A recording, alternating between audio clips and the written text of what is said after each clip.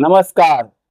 तुमचं सर्वांचा जनहित समाचार यूट्यूब चॅनलमध्ये स्वागत आहे. बघा आजच्या घडामोडी. मी तुमचा बाबूराव. आंदोलन चालू आहे, कशाबद्दल आहे ते सांगा बघू. सर्वप्रथम सर्वांना जय भीम, जय शिवराय. वंचित बहुजन आघाडी भिवंडी शहराच्या वतीने आम्हाला श्रद्धेय बाळासाहेब आंबेडकर, जे वंचित बहुजन आघाडीचे राष्ट्रीय अध्यक्ष आहे, त्यांनी सूचना केल्या होत्या की जे प्रकरण घडलेले संजय गायकवाड आणि प्रशांत आंबी यांच्यामध्ये जे संभाषण झालं, त्या संजय गायकवाडांनी त्याचे जे प्रिंट काढले होते प्रशांत आंबी म्हणून त्यांना शिवीगाळ केलेली आहे. तर शिवीगाळ करण्याचं कारण म्हणजे संजय गायकवाड असे बोलले की तुम्ही शिवाजी महाराजांचा एकेरी उल्लेख कसा काय छापू शकतात. तर त्यांनी हे स्पष्ट केलं की बाबा हे जे पुस्तक आहे, या पुस्तकाचे लेखक कॉम्रेड गोविंद पानसारे आहेत. हे त्यांनी लिहिलेलं पुस्तक आहे. हे पुस्तक तुम्ही वाचावे, त्यातून तुम्हाला समजून येईल की शिवाजी महाराज कोण होते. हे लोकांना कळण्यासाठी 1987 ला ह्या पुस्तकाचे कॉम्रेड पानसरे यांनी लिहिलं होतं. तर बाळासाहेबांच्या आदेशावरून आज भिवंडी शहरामध्ये वंचित बहुजन आघाडीची संपूर्ण टीम सामूहिकरित्या शिवाजी कोण होता या पुस्तकाचे वाचन करणार आहे आणि सामान्य जनतेला शिवाजी महाराजांचे विचार, शिवाजी महाराजांची जी धोरणं होती, सामाजिक, न्यायिक, हे सर्वांना कळाली पाहिजे. यासाठी आपण आज वंचित बहुजन आघाडीच्या वतीने धामणकर नाका येथे जमा होऊन सामूहिक वाचन करत आहोत. तर या संदर्भात एक बागेश्वर बाबा म्हणून आहे, ते शिवाजी महाराज थकून बसले होते, ते असं वक्तव्य केलं. त्या संदर्भात काय म्हणणं आहे तुम्हाला? बघा, बागेश्वर बाबा जे आहेत यांना माहिती नाहीये, माहिती कमी असल्यामुळे आणि बालिश बुद्धीचे आहेत असं मला वाटतं ते.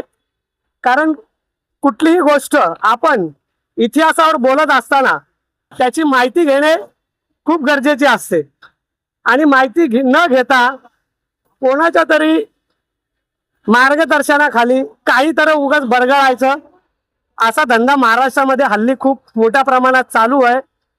आणि त्यांनी वक्तव्य केलेलं आहे शिवाजी महाराजांच्या विषयी, जे समर्थ रामदास स्वामी आहेत त्यांच्याकडे जाऊन ते शरण गेले आणि शिवाजी महाराजांनी त्यांचा जो राजमुकुट होता तो उतरवून त्यांच्या चरणी ठेवला की याच्या पुढे तुम्ही सत्ता सांभाळा किंवा राज्य सांभाळा, अशी जे त्यांनी वक्तव्य केले त्या वक्तव्याचा मी जाहीर निषेध करतो. प्रथमतः महाराष्ट्राचा एक नागरिक आणि महाराजांचा मावळा म्हणून मी स्वतः त्याचा जाहीर निषेध करतो.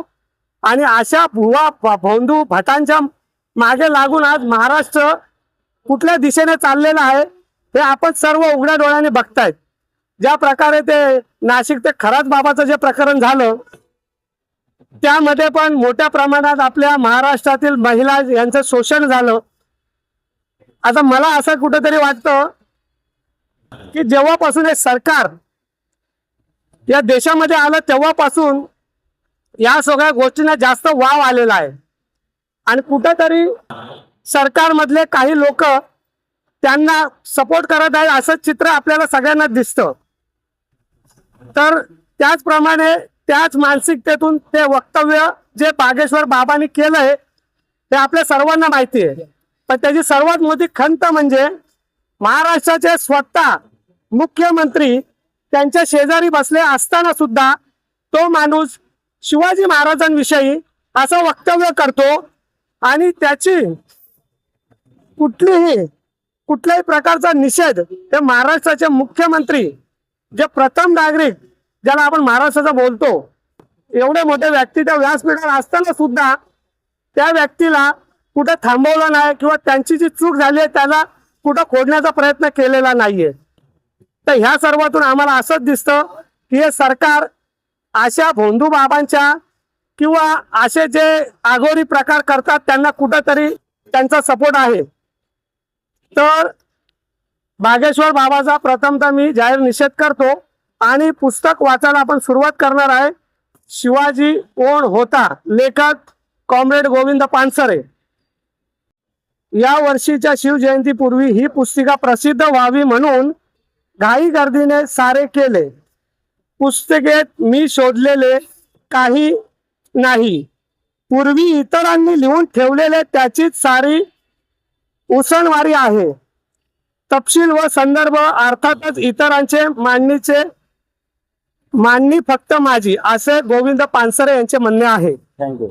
एक आता तुम्ही आंदोलन करतायत, संजय गायकवाड आणि जे कारस्थान केलेत आणि बागेश्वर बाबा, यानंतर अजून काही बंधू बाबा येऊन आपल्या शिवाजी महाराजांचा अपमान केलं तर त्यासाठी बहुजन वंचित आघाडीचा काय स्टँड असणार? बघा, गोंधू बाबा असो, कुठले सरफिरू असो, कुठले माथे फिरू असो, महाराष्ट्रावरती या महाराष्ट्राच्या इतिहासामध्ये कोणीही महाराष्ट्रावरती चिखल फेकण्याचे काही काम असं त्यांच्या डोक्यात सुद्धा आले तरी वंचित बहुजन आघाडी त्याचा पूर्णपणे निषेध करणार आणि त्यांना वंचितच्या स्टाईलने उत्तरही देणार. आणि संजय गायकवाडांचं मी प्रथमतः निषेध करतो की तो एक आमदार असताना सुद्धा त्याला त्या पदाची जाणीव नाहीये आणि त्या पदावर जो बसलेला आहे त्या पदाची मान राखता त्याला आलं नाही. त्यांनी जे प्रशांत आंबींना शिवीगाळ केलेली आहे या वक्तव्याचा मी निषेध करतो आणि संजय गायकवाडांना मी आव्हान करतो, तुम्ही लवकरात लवकर महाराष्ट्रामध्ये जे कम्युनिस्ट विचारधारेचे लोकांना टार्गेट करून त्यांना शिवीगाळ केलेली आहे, लवकरात लवकर याबद्दल तुम्ही माफी मागावी, अन्यथा तुम्हाला महाराष्ट्राच्या रागाला सामोरे जावे लागेल. एवढेच बोलतो. जय भीम, जय शिवराय.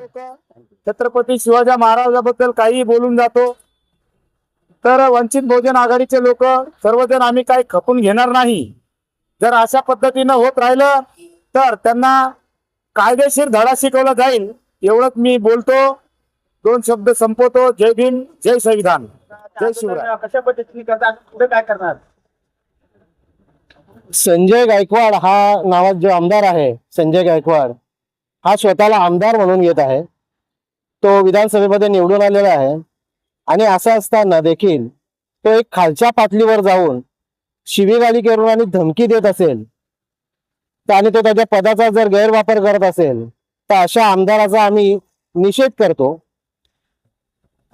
शिवाजी कोण होता हा पुस्तक लिहून जवळजवळ 40 वर्ष झालेली आहेत.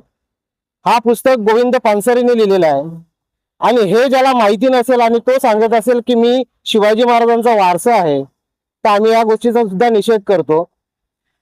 बाळासाहेब आंबेडकरांनी राज्यभर वंचित बहुजन आघाडीच्या सर्व पदाधिकाऱ्यांना, तालुका अध्यक्ष, शहराध्यक्ष, ठाणे जिल्हा अध्यक्ष किंवा सगळ्याच पदाधिकाऱ्यांना एक आवाहन केलेलं आहे की राज्यभरामध्ये शिवाजी कोण होता या पुस्तकाचं वाचन करावं. आम्ही चौकात बसून या पुस्तकाचं वाचन करत आहोत. मला संजय गायकवाडांना एवढंच सांगायचं आहे की एवढ्या खालच्या पातळीवर शिवीगाळी करण्यापेक्षा तू शिवाजी कोण होता हा पुस्तक स्वतः वाचून घे. त्याच्यानंतर प्रबोधनकार ठाकरेंनी लिहिलेलं दगलबाज शिवाजी हा देखील पुस्तक तू वाचून घे. वाचाल तर वाचाल, नाहीतर ढुंगणावर फटके पडतील, हे गोष्ट लक्षात ठेवा. आजच्या बातम्या समाप्त होत आहे. उद्या परत भेटूया नवीन खबर घेऊन. आमच्या चॅनलला पहिल्यांदा बघत असतील तर सबस्क्राईब आणि लाईक करा. व्हिडिओ कसा वाटला त्यावर कॉमेंट नक्की करा आणि व्हिडिओ चांगला वाटला तर मित्राबरोबर शेअर करा. आमच्या चॅनलचे व्हिडिओ तुम्ही पूर्ण पाहिल्याबद्दल धन्यवाद. जय हिंद, जय महाराष्ट्र.